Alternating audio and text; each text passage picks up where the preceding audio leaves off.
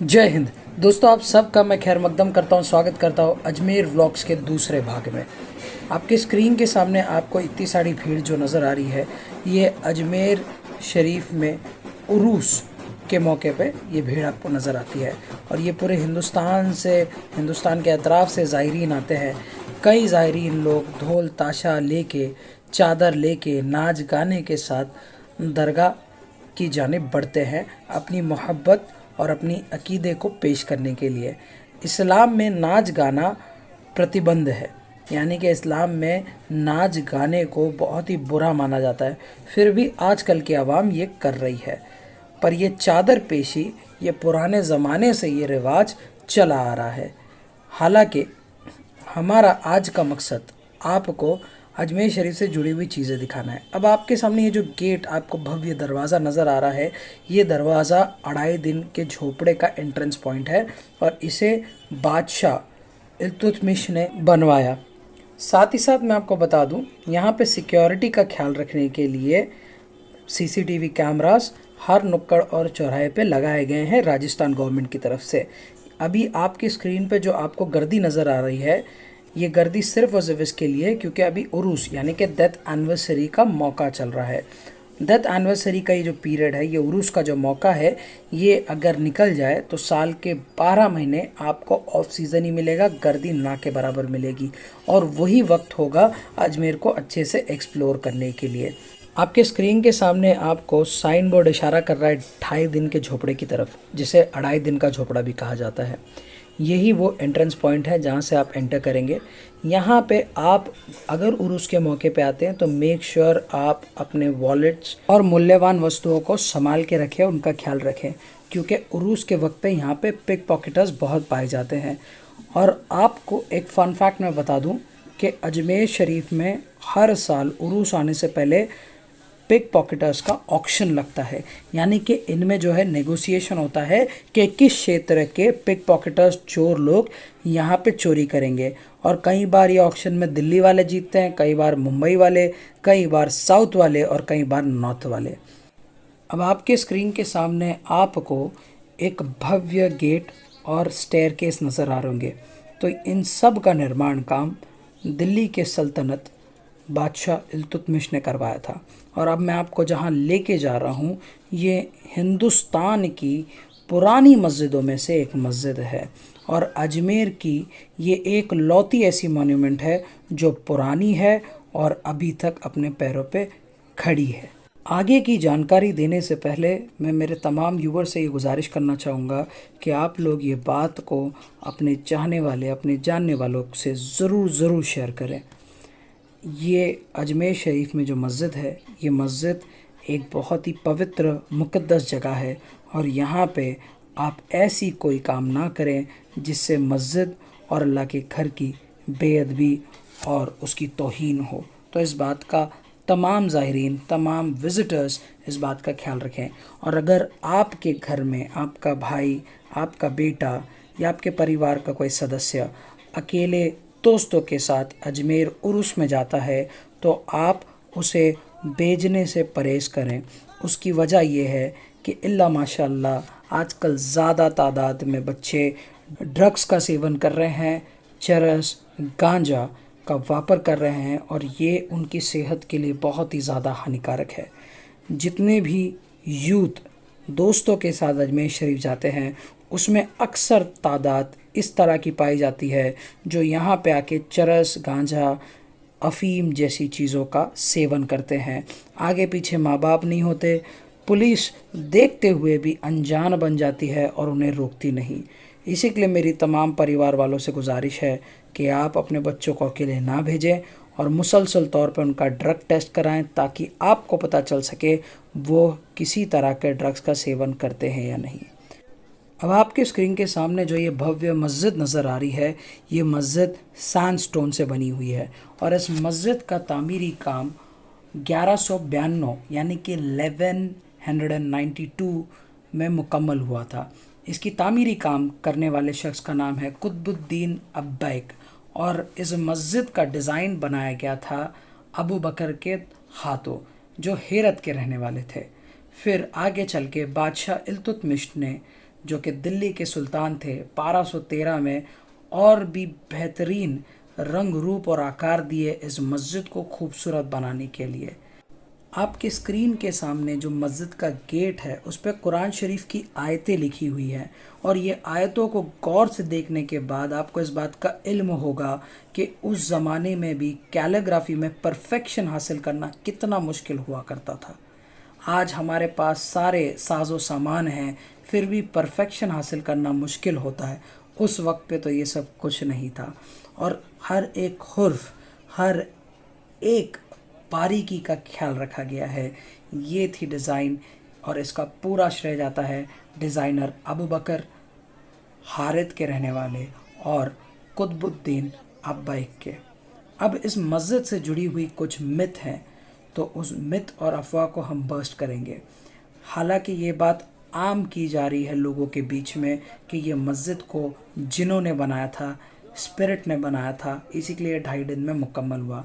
पर इतिहासकारों की बात माने तो इस मस्जिद का एक हिस्सा को 2.5 दिन में निर्माण किया गया था, और अगर सूफ़ी और संतों की बात करें तो उनके अनुसार ये 2.5 दिन के मस्जिद के शब्द से इस बात का उदाहरण लिया जाता है कि ज़िंदगी 2.5 दिन की है ना। ये अमेजिंग फैक्ट।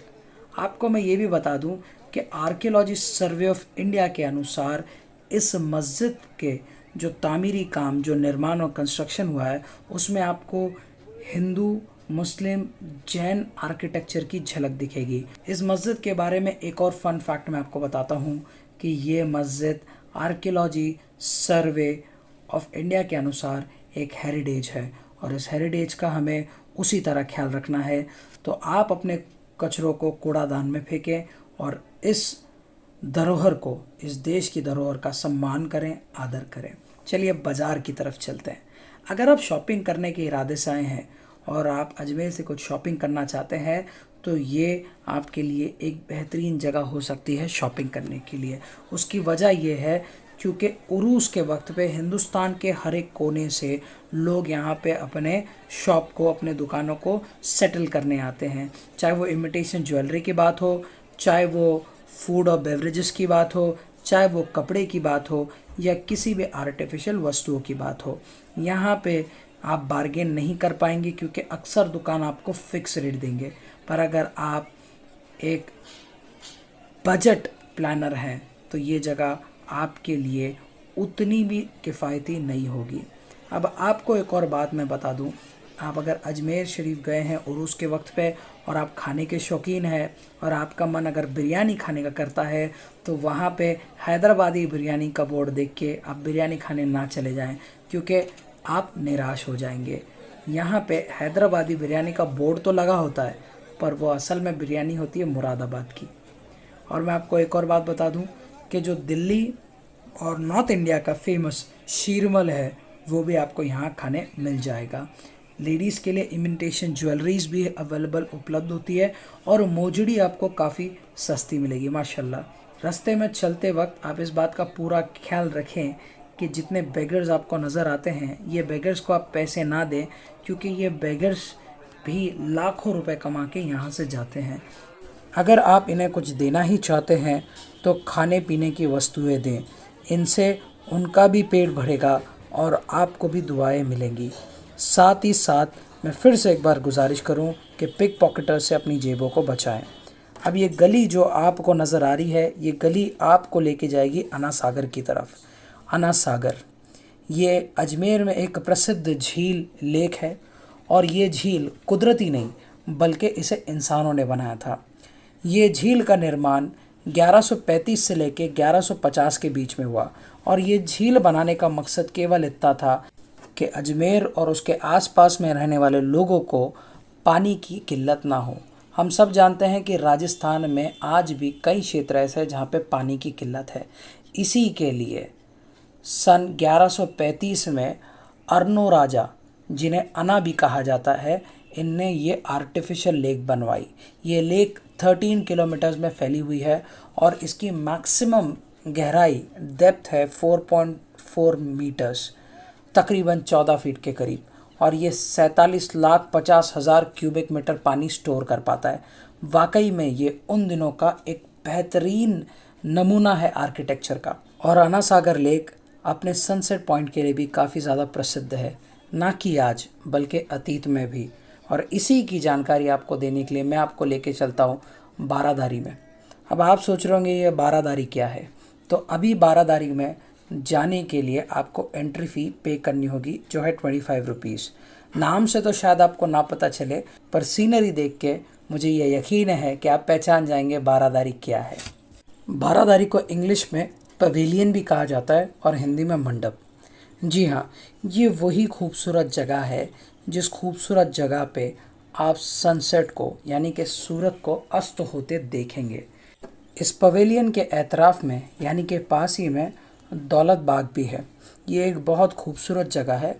हालांकि कुछ साल पहले इसकी कोई एंट्री फ़ी नहीं हुआ करती थी, पर अब 25 रुपीज़ एंट्री फ़ी देनी पड़ती है ताकि मेंटेनेंस के एक्सपेंसेस को मैनेज किया जा सके। अब आपके स्क्रीन के सामने आपको नज़र आ रहा होगा एक भव्य पेड़। इस वीडियो के माध्यम से मैं तमाम व्यूअर्स से ये गुजारिश करना चाहूँगा कि ये पुराना हरा भरा पेड़ कितना खूबसूरत लगता है, तो आप भी ट्री प्लांटिंग कीजिए और इस दुनिया को एक बेहतरीन जगह बनाएं रहने के लिए। अब आपके स्क्रीन के सामने जो नज़र आ रहा है उसी को बारादारी कहते हैं। आपने इसे नाम से तो नहीं पहचाना होगा, पर अगर आप अजमेर गए होंगे तो आप यहाँ ज़रूर गए होंगे और आपकी फ़ोटो कलेक्शंस में कोई ना कोई एक फ़ोटो तो होगा जो आपने यहाँ खींची होगी। इस बारादारी यानी कि इस पवेलियन, इस मंडप का निर्माण किया था शाहजहाँ ने। 1637 में शाहजहाँ ने इसे बिल्ड किया ताकि वो अन्ना सागर में आराम से अन्ना सागर के करीब अपने वक्त को बिता सकते और साथ ही साथ सनसेट यानी कि सूरज को अस्त होते देख सके। ये एक बहुत खूबसूरत जगह है और यहाँ से आप खूबसूरती का आनंद लूट सकते हो, ख़ास करके शाम के वक्त।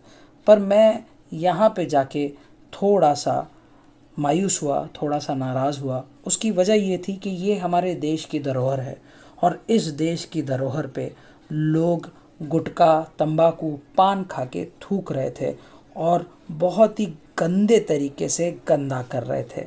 साथ ही साथ कई लोगों ने अपने प्यार की निशानी बनाने के लिए खाद को रंग के दीवारों पे पेंट कर दिया और कुछ लोगों ने तो अपना अमर प्रेम कथा भी लिख दी, जो कि ये बहुत ही दुर्भाग्य की बात है कि हमारे मुल्क में ऐसा भी कुछ होता है। पानी पीने लायक तो नहीं है, पर यहाँ पे कई आपको बर्ड्स नज़र आएंगे, तो बर्ड वॉचिंग के लिए भी अन्ना सागर एक बेहतरीन जगह है। साथ ही साथ मैं आपको बता दूं कि इस पवेलियन को वाइट मार्बल से बनाया गया था और इस पवेलियन के कई ऐसे हिस्से थे जहाँ पे आप बैठ के सनसेट का लाभ उठा सकते थे। और ये वही जगह है जहाँ पे कभी बादशाह शाहजहां बैठते थे। पर आप देख पाएंगे किस तरह टूरिस्ट ने इसे तोड़ने की कोशिश की सेल्फ़ी और टिकटॉक के चक्कर में। और हालांकि राजस्थान गवर्नमेंट को इस तरह बैरिकेड्स लगाने पड़े ताकि कोई भी वो आनंद ना लूट पाए जो आनंद उन दिनों लूटा जाता था। और ये जो पैसेज, ये जो आपको अंडरग्राउंड पैसेज नज़र आ रहा है, ये पैसेज शाहजहां ने अपने लिए बनाया था ताकि वो तालाब में ठंडी हवाओं का झोंका खा सके। अब मैं आपको एक और बात बता दूं, बारादारी इसी पवेलियन के एतराफ़ में है दौलत बाग। दौलत बाग एक ऐसा गार्डन बनाया गया था जो बहुत ही ज़्यादा खूबसूरत था और मुग़ल एम्पायर्स को उनकी घर की कमी बिल्कुल ना होने दे, इसके लिए ये बाग बनाया गया था। और ये दौलत बाग को बनाने वाले व्यक्ति का नाम था जहांगीर। दोस्तों, उम्मीद करता हूँ आपको ये वीडियो पसंद आया होगा। ये एक बेहतरीन जर्नी साबित हुई होगी आपके लिए। आप अपने सुझाव, फीडबैक को कमेंट बॉक्स में हमारे साथ शेयर कर सकते हैं। मैं आपका भाई मोहनीश इब्न आज़म आपके हौसलों के साथ ऐसे ही और भी बेहतरीन वीडियो बनाने की कोशिश करूँगा। अभी के लिए इजाज़त। अस्सलामु अलैकुम। जय हिंद, जय महाराष्ट्र।